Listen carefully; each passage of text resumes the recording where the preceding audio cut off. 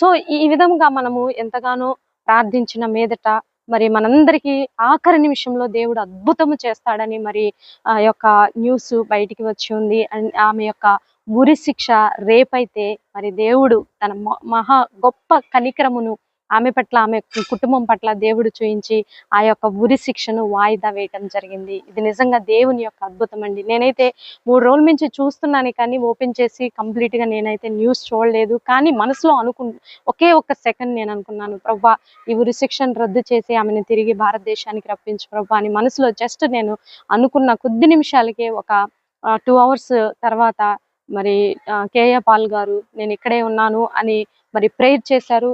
మరి పాస్టర్ గారి ప్రేయర్ లో కూడా నేను ఏకీభవించాను.